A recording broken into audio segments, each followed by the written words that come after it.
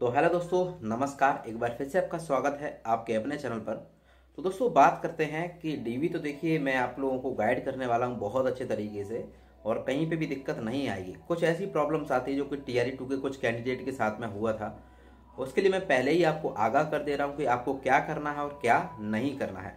गौर से पूरा का पूरा सुनिएगा। हो सकता है आपके साथ फ्रॉड हो जाए, तो उससे थोड़ा सा बचने के लिए पहले से ही सजग रहें और क्या करना है, आपको किन किन बातों का ध्यान रखना है डीवी के समय।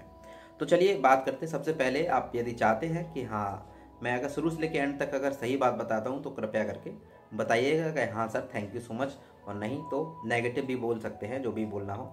चैनल को सब्सक्राइब कर लीजिए क्योंकि मैं आपको शुरू से लेके एंड तक पूरा एकदम गाइड करने वाला हूँ, कहीं पे भी आपको दिक्कत नहीं आने दूंगा। तो बात करते हैं। देखिए जब भी आपका दोस्तों डीवी चालू होगा, आपका डीवी होगा, तो वो अलग केस हो गया। कैसे कैसे होगा वो मैं बता दूंगा और बता भी चुका हूँ वीडियोस में क्या क्या करना है क्या क्या नहीं करना है, वो देख सकते हैं पीछे की वीडियोस। ठीक। और जब भी आएगा डीवी की डेट फिर से मैं बता दूंगा, टेंशन फ्री रहिए। ठीक है, बाकी अपने डॉक्यूमेंट सारे सारे रेडी रखिए। ठीक। अब बात करते हैं। देखिए जब भी आपका डीबी होगा तो आप वहाँ पे अपने डॉक्यूमेंट सारे के सारे लेके जाएंगे। सबसे पहला काम कि जब भी आप ट्रेन वगैरह से सफ़र करेंगे या बस वगैरह से सफ़र करेंगे, याद रखिएगा आपका जो भी बैग है जिसमें आपकी फ़ाइल रखी हुई है, जिसमें सारे के सारे डॉक्यूमेंट्स रखे हुए हैं, अपने उस बैग को अपने एकदम सीने से लगा के रखना। मतलब चाहे कपड़े चोरी हो जाए, सब कुछ चोरी हो जाए, आपका जिसमें डॉक्यूमेंट रखे हुए हैं वो बैग आपसे दूर नहीं होना चाहिए। सबसे पहला काम तो ये है। ठीक है, हर डॉक्यूमेंट उसी में रखिएगा और उसको अपना हाथ में लेके रखिएगा। चाहे भले ही आप अगर ट्रेन से सफ़र कर रहे हैं, सोइएगा मत, लेकिन कहीं ना कहीं उसकी सुरक्षा करना बहुत इंपॉर्टेंट है। ठीक है, आपके डॉक्यूमेंट गए, समझ लो आपकी जॉब गई, सीधी सी बात।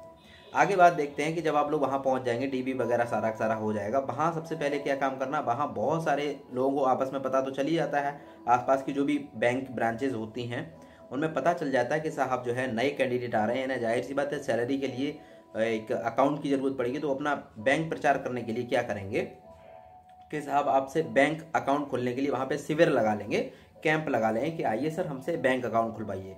याद रखिएगा वहाँ पे डीवी होने के समय किसी को भी अकाउंट नहीं खुलवाना है, चाहे किसी का खुल चुका हो चाहे किसी का नहीं खुला हो। ठीक है, आपको जो भी स्कूल दिया जाएगा वहीं पे आसपास में जाके देखिए, एक दिन में आज के टाइम पे अकाउंट खुल जाता है। आज जाएंगे कल आपका अकाउंट खुल जाएगा, हो सकता है आज आप अप्लाई करें शाम तक खुल जाएगा। ठीक है, और सरकारी लोगों का तुरंत जो है 1 सेकंड में ही वो लोग खोल देते हैं। अब ऐसे मान लीजिए कि लगभग जो है आप लोग 99% जो है सरकारी व्यक्ति बन चुके हैं, 1% डीबी का है वो भी क्लियर हो जाएगा, 100% जो है सरकारी है।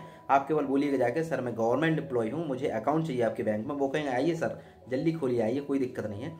वो लोग भी चाहते हैं कि एक ऐसा एम्प्लॉय हो जो हर एक महीने के उसमें जो है पैसा फंड आता रहता है।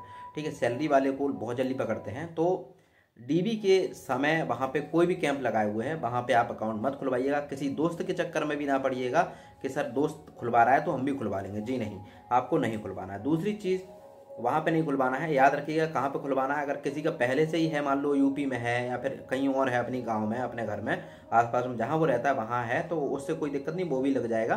किसी कोई दूसरी बैंक भी लग जाएगी, टेंशन फ्री रहिए। जैसे कि हम ज़्यादातर सजेस्ट करते हैं कि एसबीआई में ही होना चाहिए क्योंकि बहुत सारी फैसिलिटीज़ मिलती हैं। मान लीजिए एसबीआई में आपका नहीं है तो आप लोग किसी भी बैंक में, हो सकता है bank of Baroda, Punjab national bank, Canara bank, किसी सिंडिकेट किसी के में भी चलेगा, आपका जिसमें है उसमें चल जाएगा। ठीक है, अब दूसरी बात करते हैं कि भैया और क्या सावधानी बरतनी है। और एक और सावधानी बरतनी है कि वहीं पे एक दो लोग आपस में, जो साइबर कैफे होता है ना, साइबर कैफे वाले व्यक्ति भी क्या करते हैं कि आपको आते हैं, ये कहते हैं अब ये गवर्नमेंट एम्प्लॉय बन गया, जाहिर सी बात इसको एनपीएस की जरूरत है, यानी कि प्रान नंबर को है जनरेट करने की जरूरत पड़ेगी, क्योंकि अब टीआरई 1 भी हो चुका है, टीआरई 2 भी हो चुका है।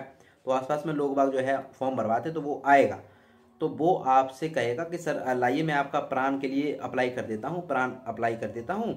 तो आपका जो वो डीबी के लिए लेटर मिलेगा उससे ही वो अप्लाई कर देगा। ठीक है, तो अप्लाई तो हो ही जाता है, लेकिन वहाँ पे आपको किसी से नहीं करवाना है। हो सकता है वो व्यक्ति आपके डॉक्यूमेंट्स को गलत यूज करके उनसे कुछ ना कुछ फ्रॉड कर दे, क्योंकि उसमें आपका ज्वाइनिंग लेटर होगा, यानी कि औपबंधिक नियुक्ति पत्र जिसको कहते हैं, ठीक, प्रोविजनल अपॉइंटमेंट लेटर। तो भैया कहीं ना कहीं उससे भी आपके साथ फ्रॉड हो सकता है। वहाँ पे किसी भी व्यक्ति को डॉक्यूमेंट नहीं देने हैं। एक चीज़ और, जब आप लोग उसमें करा रहे होंगे, जब ट्रेनिंग वगैरह कर रहे होंगे, चाहे बीआरसी में चाहे तो हमारी डाइट में, है ना, तो आप जब ट्रेनिंग कर रहे होंगे दोस्तों, तो वहीं पे किसी न किसी व्यक्ति आपको आदेश आएगा, जो प्रिंसिपल सर हैं उनके पास आदेश आएगा हेड ऑफिस से कि सर जितने भी कैंडिडेट आप ट्रेनिंग दे रहे हैं उनके लिए एनपीएस अकाउंट खुला दीजिए, यानी कि पीएफ वाला ये वाला अकाउंट खुलवा दीजिए, तब वो कहेंगे तब जाइएगा। याद रखिएगा, एनपीएस खुलवाने के लिए कोई भी चालान नहीं लगता है, कुछ भी नहीं लगता है। 150 रुपये से 1 रुपया ज़्यादा मत दीजिएगा, किसी को भी 150 रुपये से ज़्यादा मत दीजिएगा। बहुत सारे लोग आपसे 1000 रुपये ठगेंगे, साइबर कैफे वाले बहुत सारे लोग आपसे 500 रुपये ठगेंगे। किसी भी व्यक्ति को 150 रुपये से ज़्यादा मत दीजिएगा। आराम से अपना कहीं पे भी करवा लीजिएगा। कोई भी जो 150 ले रहा है वो समझ लीजिए वो वैल्यूएबल प्राइस है, वैल्यू फॉर मनी है, तो ही करवाइएगा। 150 रुपये से किसी को भी ज़्यादा मत दीजिएगा। तो ये कुछ सावधानियां हैं जो बरतनी है दोस्तों, क्योंकि छोटी छोटी चीज़ों से लेके कोई आपसे ओटीपी मांग के, है ना, क्योंकि जब हम लोग प्राण के लिए जनरेट करते हैं आपको, तो वो तो डॉक्यूमेंट ले गया, अब वो जब जनरेट करेगा पता नहीं किस चीज़ का ओटीपी वगैरह भेज के आपसे, देखिए अब आप गवर्नमेंट डिप्लॉय होने वाले, तो हर चीज़ का ध्यान रखना पड़ेगा, पहले से ही तैयार रहना पड़ेगा कि आपके साथ कोई फ्रॉड ना हो जाए। क्योंकि पिछली बार एक कैंडिडेट के साथ में ऐसा हुआ था, मेरे पास पर्सनली कॉल भी आया था उनके पास उनका कि सर ऐसा ऐसा मेरे पास हो गया। तो मैंने फिर आगे बताया कि आगे आपको क्या क्या करना है, क्या नहीं करना है, जिससे कि आपके साथ आगे की प्रक्रिया ना हो, किसी प्रकार से गलत ना हो।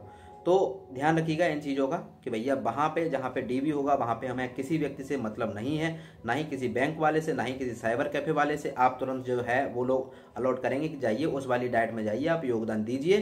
तो योगदान देना है अपने, यानी कि ज्वाइनिंग करनी है उस वाली डाइट में ट्रेनिंग के लिए, ठीक, बस उतना ही बतना रखना है। एक अपने साथ ताला जरूर लेके आइएगा, छोटा मोटा, जो अपने बैग में लगा के रखिए, है ना, तो वो हमेशा अपना मतलब जिसमें डॉक्यूमेंट हमेशा सेफ रहेंगे। याद रखिएगा, किसी पे आज के टाइम पे भरोसा मत करिएगा। कोई भी व्यक्ति छोटी सी चीज़ करके आपका ज़िंदगी बर्बाद कर सकता है, जॉब भी जा सकती है, ठीक है। अब पता नहीं वो किस चीज़ में क्या मिसयूज कर दे आपके डॉक्यूमेंट्स वगैरह का, तो इसका ध्यान रखिएगा। बाकी ऐसे समय समय पे मैं आपको बताता रहूँगा क्या करना है क्या नहीं करना है, जो कि आपके साथ किसी प्रकार का फ्रॉड ना होने पाए। तो यदि मेरे द्वारा दी गई जानकारी अगर वैल्यूएबल लगी हो तो कृपया चाहें तो लाइक कर सकते हैं, सब्सक्राइब कर सकते हैं। आपका भाई आपको मंजिल तक जरूर पहुंचाएगा, टेंशन फ्री रहिए। कैसे डीबी होना है, कैसे क्या होना है, A to Z मैं गाइड करने वाला हूं। ठीक है दोस्तों, नमस्कार, all the very best, thank you so much, good night.